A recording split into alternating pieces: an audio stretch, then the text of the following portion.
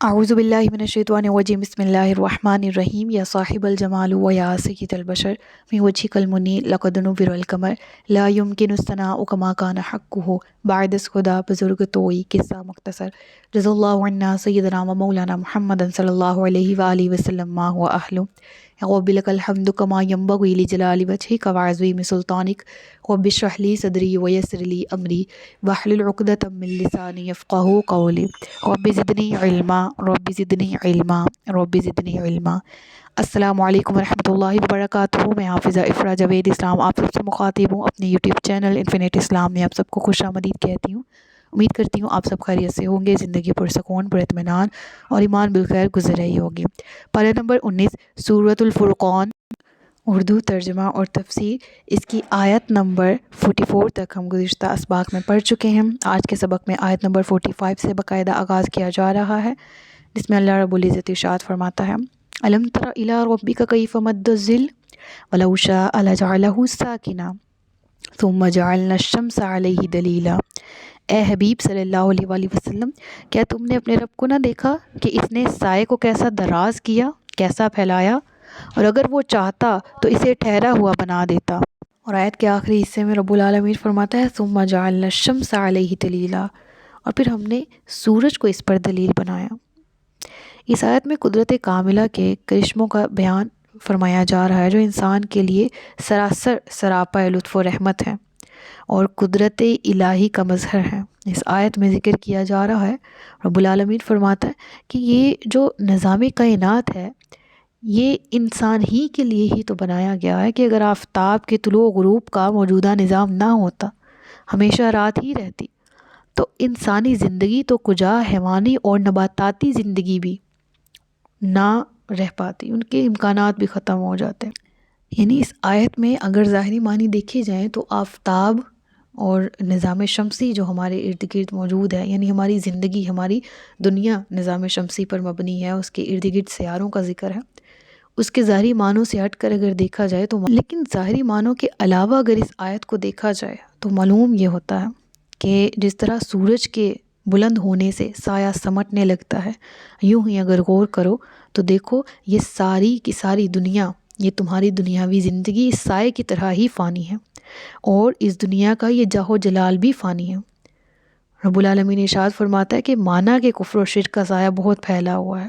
اور باطل کی تاریکیوں نے ہر جگہ اپنے جھنڈے گاڑ رکھے ہیں، لیکن ابھی آفتاب ہدایت کا نور آ چکا ہے، آفتاب ہدایت طلوع ہو چکا ہے۔ تھوڑی دیر انتظار کرو، پھر دیکھو گے کہ نور ہدایت کیسے پھیلتا ہے۔ علماء فرماتے ہیں کہ اس آیت میں سائے سے مراد کیا ہے؟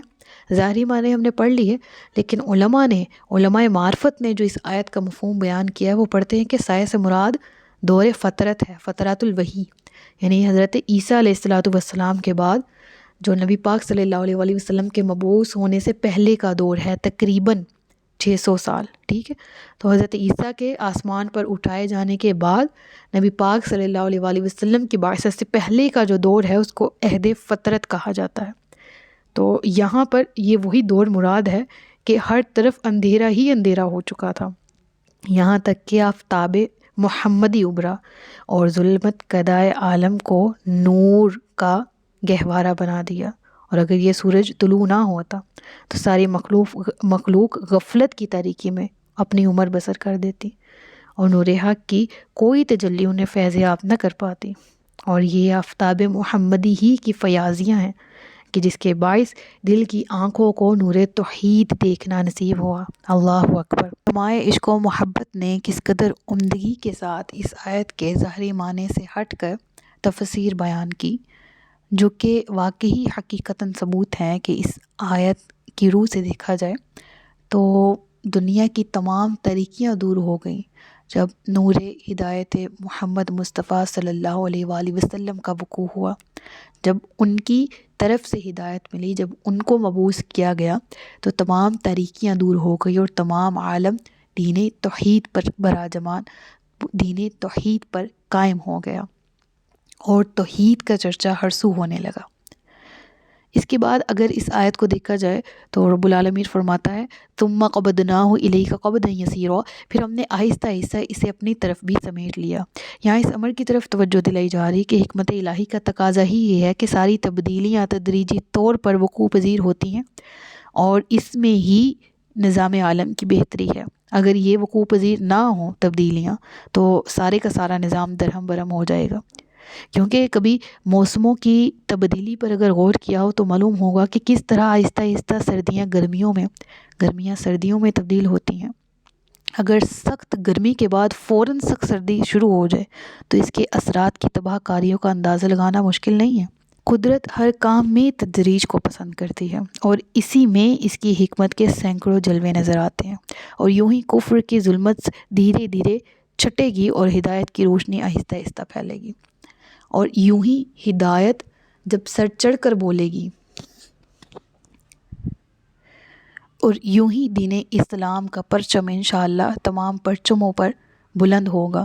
اور یوں ہی تمام قسم کا کفر اس روئے زمین سے مٹ جائے گا، اور حقیقی حکومت، حقیقی سلطنت انشاءاللہ دین اسلام کے ماننے والے اس کے پیروکاروں کی ہوگی۔ اس کے بعد ارشاد ہوتا ہے وَهُوَ الَّذِي جَعَلَ لَكُمُ اللَّيْلَ لِبَاسًا وَالنَّوْمَ سُبَاتًا۔ اس آیت میں میں بارہا ایک دکھی دل کے ساتھ ڈیبیٹ کر چکی ہوں۔ وَجَعَلْنَا النَّهَارَ نُشُورًا، کہ ہم نے دن کو اٹھنے کے لیے بنایا، اور ہم کیا کر رہے ہیں؟ دن میں نیند، اور دوپہر میں ناشتہ، اور پوری رات جاگ کے۔ اور یہ پاکستان کی آئمس سے 60 سے 70% آبادی جو ہے وہ اس لائف سٹائل کا شکار ہو چکی ہے، راتوں کو جاگنے کا۔ الحمدللہ ہمارے اپنے خاندان میں ایسا کوئی رواج نہیں ہے۔ اللہ تبارک و تعالی ہمارے والدین کو سلامت رکھے جو اس معاملے میں سختی کرتے ہیں کہ جیسے ہی رات ہو گئی ہے تو اب پڑھنے کے لیے بھی نہیں جاگنے دیتے زیادہ دیر، کہ رات کی نیند لو، یہ صحت کے لیے بہت بہتر ہے، تم صبح جلدی اٹھ کے پڑھ لینا، یہ تمہارے لیے زیادہ بہتر ہے، ماں سوا یہ کہ تم رات دیر تک جاگو اور پڑھو۔ پڑھنے کے معاملے میں بھی وہ اتنے سخت ہیں کہ وہ رات کو نہیں جاگنے دیتے۔ تو الحمدللہ باقی لغویات میں تو ہمارا مصروف ہونا یا ان میں ملبوس ہونا، ان کا شکار ہونا تو الحمدللہ بہت دور کی بات ہے۔ تو یہ چیز انسان کی ابتدائی طور پر تربیت میں بڑی ہیلپ کرتی ہے کہ جب ہم رات کو نیند لیتے ہیں، سوتے ہیں، اور صبح اٹھتے ہیں، اور دن کو اللہ تبارک و تعالیٰ فرماتا ہے میں نے جاگنے کے لیے، رزق تلاش کرنے کے لیے، تمہارے کام کرنے کے لیے بنایا، تو پھر کرو۔ اور الحمدللہ مینٹلی لیول پہ بھی انسان تندرست رہتا ہے، اور فزیکل اس کی صحت بھی تندرست رہتی ہے، اور وہ پرسکون رہتا ہے۔ ٹھیک، تو ہماری الحمدللہ یہ عادت ہے، اور میں کہتی ہوں اس کا کریڈٹ سارے کا سارا پیرنٹس کو جاتا ہے کہ جب پیرنٹس سختی کریں اولاد پہ تو پھر وہ اس معاملے میں ٹھیک رہ جاتی ہے کہ جس کام سے اس کو روکا جائے وہ رک جاتی ہے، اور جس طرف لے کے جایا جائے۔ تو شروع سے الحمدللہ یہ روٹین ہے، اور میں اس سے اس قدر سیٹسفائیڈ ہوں کہ میں اپنے جب اقربا کو یا اپنے جو احباب ہیں ان سے ملتی ہوں اور ان کے لائف سرکل کو دیکھوں تو سوچ کے ہی کچھ ہوتا ہے کہ کیسے یہ لوگ رات کو 3-4 بجے تک جاگ لیتے ہیں۔ یہ وہ ٹائم ہے جب انسان اٹھتا ہے نیند پوری کرنے کے بعد، اور تہجد پڑھتا ہے، اور فجر کی تیاری کرتا ہے، اور قرآن کی تلاوت کرتا ہے، اور اس وقت میں سو رہے۔ اور بہت ہی جو پرو لیول کے نیک بنتے ہیں نا، وہ کہتے ہیں کہ ہم جو ہیں وہ الحمدللہ فجر پڑھ کے سوتے ہیں، یعنی بتانا یہ مقصود ہوتا ہے کہ ہم فجر مس نہیں کرتے، اگر ہم رات جاگتے ہیں تو ہم فجر بھی پڑھ لیتے ہیں، ہم فجر پڑھ کے سوتے ہیں، اور پھر ہم عصر کے قریب اٹھتے ہیں، ٹھیک ہے، اور پھر ظہر کہاں گئی اس کا انہیں معلوم نہیں۔ اور کچھ جو ظہر کے قریب اٹھتے ہیں تو کیا وہ جو فرض کی ادائیگی ہے وہ تو کر رہے ہیں، نماز تو ان کی قبول ہو گئی، لیکن جو لائف سٹائل اپنانے کا قرآن درس دے رہا ہے، جو حکم ہے اللہ کا، کیا اس کو بھی اوبے کیا ہے؟ کیا اس کو بھی مانا ہے؟ کیا اس کی بھی اطاعت گزاری کی ہے؟ نہیں۔ جن کی مجبوری ہے، جن کی نائٹ ڈیوٹیز ہوتی ہیں، جن کی جابس اس قدر ڈیفیکلٹ ہوتی ہیں کہ ڈے ٹائم میں وہ کہیں ایڈجسٹ نہیں ہو پا رہے، تو نائٹ ٹائم میں ان کو ٹیمپریری طور پر جاب مل گئی تو ان کی تو مجبوری آ گئی۔ لیکن بہت سے لوگ ایسے ہیں جن کی کوئی مجبوری نہیں ہوتی، اور لائف سٹائل یہ ہے کہ وہ رات کو 3-4 بجے تک جاگ رہے ہیں، ٹھیک ہے۔ تو اس چیز سے اپنے آپ کو نکالیں۔ تو ایسا نہیں ہے کہ میں کوئی خاص اپنے خاندان کی یا اپنے فیملی بیک گراؤنڈ کی تعریف میں یہ بتا رہی ہوں، میں یہ بتا رہی ہوں کہ الحمدللہ میری لائف میں کتنا سکون ہے اس لائف سٹائل کو اپنائے ہوئے کہ دن پورا تھکاوٹ پہ مبنی ہوتا ہے الحمدللہ، بہت کام کرنے ہوتے ہیں، پڑھنا بھی ہوتا ہے، پڑھانا بھی ہوتا ہے، اور اس کے بعد جب رات کو بستر پہ لیٹا جاتا ہے عشاء کے بعد تو ایسی پیاری نیند آتی ہے الحمدللہ الحمدللہ۔ اور وہ پیاری نیند کی وجہ کیا ہے کہ پورا دن جو ہے وہ تھکاوٹ پہ بھی مبنی ہوتا ہے اور وہ حلال اور جائز کاموں پہ بھی الحمدللہ، اور وہ پڑھنے اور پڑھانے کے سلسلے میں ہونے والی جو تھکاوٹ ہوتی ہے وہ بہترین اتر جاتی ہے۔ اور جب صبح الحمدللہ آنکھ کھلتی ہے تو زبان سے جب ادا ہو رہے ہوتے ہیں کلمات الحمدللہ کے، وہ اسی بنیاد پر کہ ایسا فیل ہو رہا ہوتا ہے جیسے ایک موبائل کی بیٹری لو ہو گئی ہو اور اس کو چارج کر دیا جائے 100%۔ تو نیند اللہ تبارک و تعالیٰ کی طرف سے ایسی نعمت ہے کہ جب انسان رات کو 9:30 10 بجے سوتا ہے اور صبح وہ اٹھتا ہے 4 بجے کے قریب، تو وہ ایسے مکمل چارج ہوتا ہے فلی طور پر کہ اب وہ اگلا پورا دن جاگ کر گزار دینے پر اور محنت کرنے پر قادر ہوتا ہے، مینٹلی بھی اور فزیکلی بھی، ٹھیک ہے۔ تو یہ چیز میں سکھانا چاہ رہی ہوں کہ شروع میں جن کی لائف سٹائل ایسا نہیں ہے، جن کی عادت ایسی نہیں ہے، ان کو شروع میں مشکل ہوگی، ٹھیک ہے، کہ اگر پوری فیملی جاگ رہی ہے تو ہم کیسے سوئیں گے، شروع میں یقیناً مشکل ہوگا، لیکن اگر آپ قرآن کریم کی یہ آیات کو ابھی سے سیکھ رہے ہیں اور پہلی دفعہ آپ نے یہ سنی ہے، اللہ نے یہ حکم دیا اچھا رات کو سونا ہے، تو پلیز سوئیے، پلیز اپنی روٹین کو بدلیے، اس سے بہت زیادہ مثبت تبدیلیاں لائف میں آئیں گی انشاءاللہ عز و جل۔ اور پھر رب العالمین کی قدرت کا اگلی آیات میں پھر مزید ذکر آتا ہے، اور وہی ہے جس نے اپنی رحمت سے پہلے ہواؤں کو بھیجا جو خوشخبری دینے والیاں ہوتی ہیں، اور ہم نے آسمان سے پاک کرنے والا پانی اتارا تاکہ ہم اس کے ذریعے کسی مردہ شہر کو زندہ کریں، اور وہ پانی اپنی مخلوق میں سے جانوروں اور بہت سے لوگوں کو پلائیں، اور بے شک ہم نے لوگوں میں بارش کے پھیرے رکھے تاکہ وہ یاد رکھیں، تو بہت سے لوگوں نے ناشکری کے سوا کچھ اور ماننے سے انکار کر دیا۔ یہاں رب العالمین کے ایک اور احسان عظیم کا ذکر کیا جا رہا ہے، اور اس امر کی طرف اشارہ بھی کیا گیا کہ جس طرح زاری کا سالی کو رب العالمین رحمت کے پانی سے، بارش سے، یعنی بارش کو برسا کر ظاہری قحط کو دور کر دیتا ہے، جہاں خاک اڑ رہی ہوتی ہے وہاں چند دنوں کے بعد شاداب کھیت لہلہاتے ہوئے نظر آتے ہیں، اسی طرح رب العالمین فرماتے ہیں ہم روحانی خشک سالی کے بعد رسالت کا ابر رحمت بھیجتے ہیں جو برستا ہے تو گلشن انسانیت میں بہار آ جاتی ہے، کئی پیاسی روحیں اس سے سیراب ہوتی ہیں، کتنے آلودہ دامن اس کے چھینٹوں سے دھل کر پاک صاف ہو جاتے ہیں، اللہ اکبر۔ اور بہت سے لوگ ایسے ہیں جو کہ اس رحمت کا انکار کرتے ہیں، ناشکری کرتے ہیں، وَلَوْ شِئْنَا لَبَعَثْنَا فِي كُلِّ قَرْيَةٍ نَذِيرًا فَلَا تُطِعِ الْكَافِرِينَ وَجَاهِدْهُمْ بِهِ جِهَادًا كَبِيرًا۔ اور اگر ہم چاہتے تو ہر بستی میں ایک ڈر سنانے والا بھیجتے، تو آپ کافروں کی بات نہ مانیں اور اس قرآن کے ذریعے ان سے جہاد کریں، ان کے ساتھ بڑا جہاد کریں۔ فرمایا گیا کہ ہم چاہتے تو ہر ایک بستی میں علیحدہ علیحدہ نبی بھیج دیتے، لیکن حکمت کا بھی یہی تقاضا ہے کہ انسانیت کے اس بکھرے ہوئے شرازے کو یکجا کرنے کا موزوں وقت آ چکا ہے، بہت سی امتوں کی نہیں، اب ایک واحد امت کی ضرورت ہے جو حق کی امین بنائی جائے گی، اور یہی صورت ہے اس کی کہ ساری اقوام عالم کا ایک ہی ہادی ہو، اور ایک ہادی محمد مصطفیٰ صلی اللہ علیہ وآلہ وسلم، جو کہ رہبر بھی ہیں، جو کہ ہادی بھی ہیں، اور یہی آفتاب محمدی ہے جو کہ تمام انسانیت کو جہالت کے اندھیروں سے نکال کر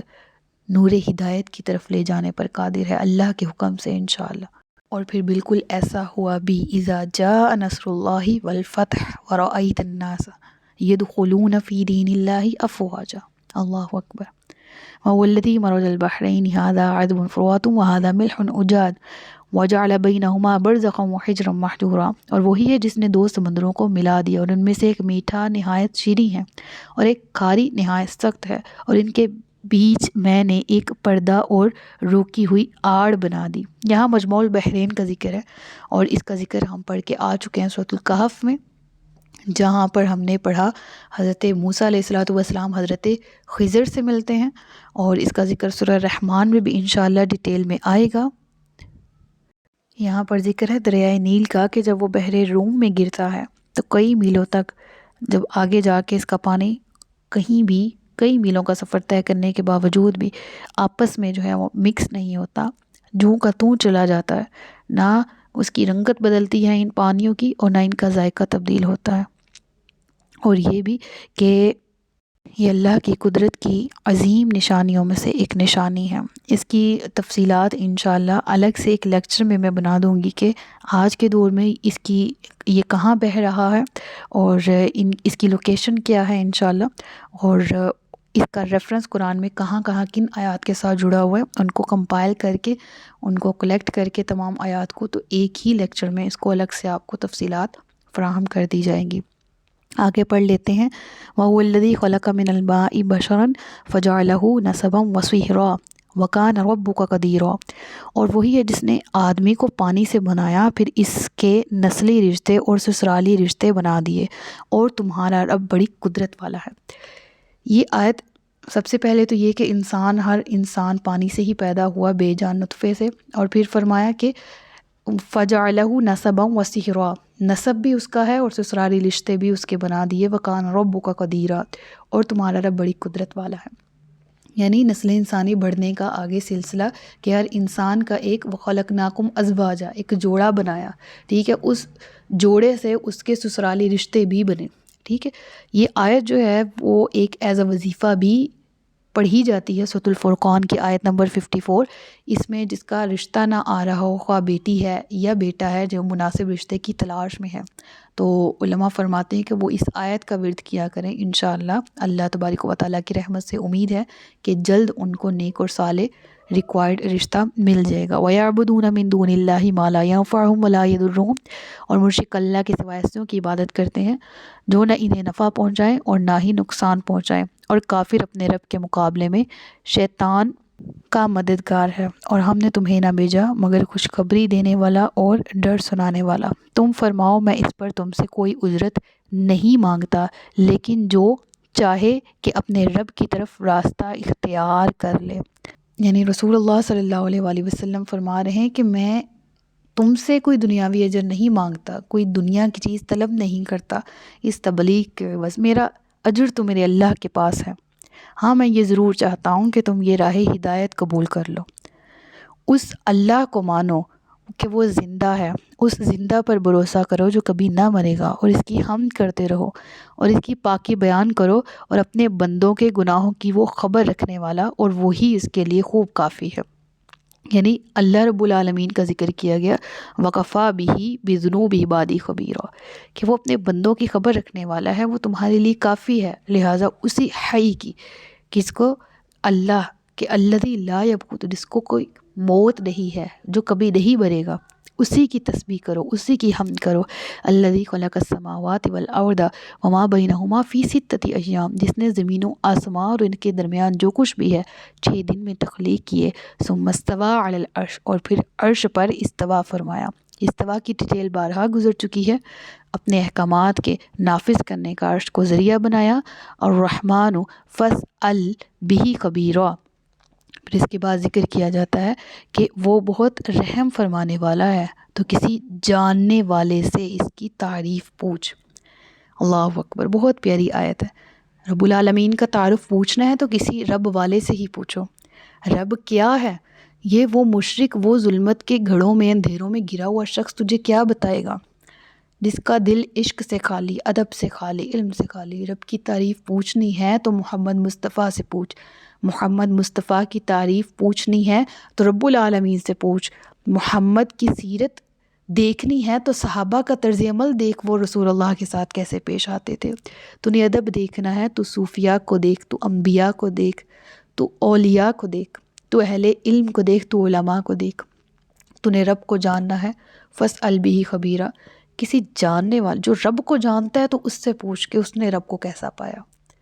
اللہ اکبر۔ وَإِذَا قِيلَ لَهُمُ اسْجُدُوا لِلرَّحْمَنِ قَالُوا وَمَا الرَّحْمَنُ أَنَسْجُدُ لِمَا تَأْمُرُونَ وَزَادَهُمْ نُفُورًا، اور جب ان سے کہا جائے رحمان کو سجدہ کرو تو کہتے ہیں اور رحمان کیا ہے، کیا ہم اسے سجدہ کریں جس کا تم ہمیں کہہ رہے ہو؟ اور اس حکم نے ان کی نفرت کو اور بڑھا دیا۔ یہ آیات سجدہ میں سے ہے، یہاں پر سجدہ ضرور کر لیجئے گا، پڑھنے والے سننے والے دونوں پر واجب ہو جاتا ہے۔ طریقہ کیا ہے؟ اللہ اکبر تکبیر پڑھ کے ڈائریکٹ سجدے میں جانا ہے، اور سجدے کی دعا پڑھنی ہے، یا 3 دفعہ سبحان ربی الاعلیٰ کہہ کر سجدے سے اٹھ جانا ہے۔ سلام پھیرنے کی ضرورت نہیں ہے، سجدہ پرفارم ہو گیا، ٹھیک ہے۔ یہاں کفار کا ذکر ہے کہ جب ان سے کہا جاتا ہے تو یہ چیز ان کی نفرت میں ہی اضافہ کرتی ہے، اور وہ کہتے ہیں ہم سجدہ نہیں کریں گے، ہم رحمان کے آگے نہیں جھکیں گے۔ لہٰذا ہم الحمدللہ رحمان کو ماننے والوں میں سے ہیں، لہٰذا ہم اس کے سامنے الحمدللہ جھکنے والوں میں سے ہیں، جھکیں گے۔ موت بھی اللہ کرے اس حال میں آئے کہ سر سجدے میں ہو، جان نکل جائے۔ صدق اللہ العلی العظیم و صدق رسول نبی الکریم۔ سچ فرمایا اللہ نے جو عظمت والا ہے، اپنا بہت سا خیال رکھیے گا، مجھے دعا میں یاد رکھیے گا۔ تاجدار ختم نبوت زندہ باد، پاکستان پائندہ باد۔ السلام علیکم ورحمۃ اللہ وبرکاتہ۔